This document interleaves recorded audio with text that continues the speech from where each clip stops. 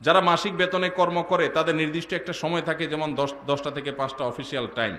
সে যদি ব্যক্তিগত কাজে অফিসে পরে আসে বা আগে চলে যায়, তাহলে সেক্ষেত্রে বেতন নেওয়াটা কতটুকু হালাল হবে? খুবই দরকারি প্রশ্ন। আমাদের অনেক ভাইরা আছেন, চাকরি করেন বিভিন্ন কোম্পানিতে, সরকারি বেসরকারি প্রতিষ্ঠানে। যেই কয় ঘন্টা ডিউটির জন্য আপনি চুক্তিবদ্ধ, ওই কয় ঘন্টা ডিউটি যদি আপনি ফাঁকি দেন, পরে আসেন, আগে চলে যান, আর কাজের ফাঁকে নিজের কাজকাম করেন, মোবাইল টিপাটিপি করেন, ফাঁকি ঝুঁকি দেন, তাহলে তাদের ওই ফাঁকি ঝুঁকি দেওয়ার সময়টার যে ইনকামটা, ওটা হারাম হবে। সেই ইনকামটা কি হবে? হারাম হবে। অনেক হারাম আছে আমরা যেগুলো জানি না। সুদ খাওয়া হারাম আমরা জানি, ঘুষ খাওয়া হারাম আমরা জানি, কিন্তু চাকরির মধ্যে এই যে ফাঁকি ঝুঁকি দিয়ে টাইম নষ্ট করে ওই টাইমের বেতন আমি নিচ্ছি, এটা যে হারাম, এটা আমাদের বেশিরভাগ মানুষের সেন্সও নাই। ভাইরা আমার, আল্লাহর ভয়ে আমানতদারিতা রক্ষা করতে হবে। মুসলমান কখনো আমানতের খেয়ানতকারী হতে পারে না।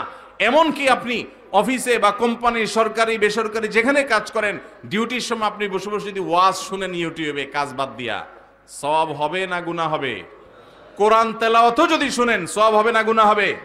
ইমানদার কখনো সিসি ক্যামেরাকে ভয় পাবে না। ইমানদার ভয় পাবে কাকে? আল্লাহ রাব্বুল আলামিনকে।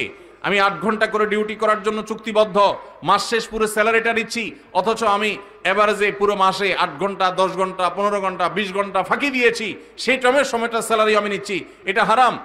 অনেক ওলামা একরাম আছেন, আল্লাহ তাদের মধ্যে আল্লাহর ভয় এমনটা দিয়েছেন। টুমচর আলিয়া মাদ্রাসা বাংলাদেশের সবচেয়ে প্রাচীন মাদ্রাসাগুলোর একটা, সবচেয়ে পুরাতন মাদ্রাসাগুলোর, শতবর্ষী মাদ্রাসাগুলোর একটা হলো লক্ষ্মীপুর জেলার টুমচর আলিয়া মাদ্রাসা।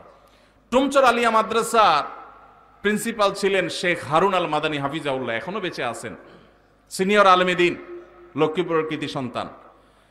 শেখ হারুন আল মাদানী তিনি কিছুদিন আগে রিটায়ারমেন্টে গেছেন। কিছুদিন আগে বলতে 2-3 বছর হয়েছে সম্ভবত। তিনি রিটায়ারমেন্টে গেছেন, প্রিন্সিপাল ছিলেন ওই প্রতিষ্ঠান থেকে, তিনি অবসরে গেছেন।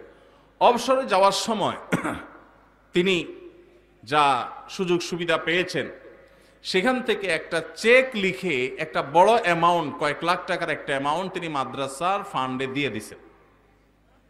মাদ্রাসায় তিনি সেটা দিয়ে দিছেন, এবং এটার কারণ হিসাবে, এটা তিনি আমাকে বলেন নাই, আমি অন্যভাবে জানছি, এর কারণ হিসাবে তিনি উল্লেখ করেছেন যে এত দীর্ঘ বছর, এত বছর কাজ করেছি এই প্রতিষ্ঠানে, চেষ্টা করছি ঠিকঠাক মতো ডিউটি পালন করতে, আমার অজান্তে হয়তো কোনো ফাঁকি ঝুঁকি হয়ে গেছে, হয়তো কোনো সময় নষ্ট হয়ে গেছে, হয়তো কোনো দিন দেরি হয়ে গেছে, আগে বের হয়ে গেছি, হয়তো কোনো সময় ব্যক্তিগত কাজ করে ফেলছি ডিউটির মধ্যে, সেই সময়গুলোর বেতনও তো সব আমার অ্যাকাউন্টে ঠিকই আসছে, কোনোটাই তো আর বাদ দেই নেই।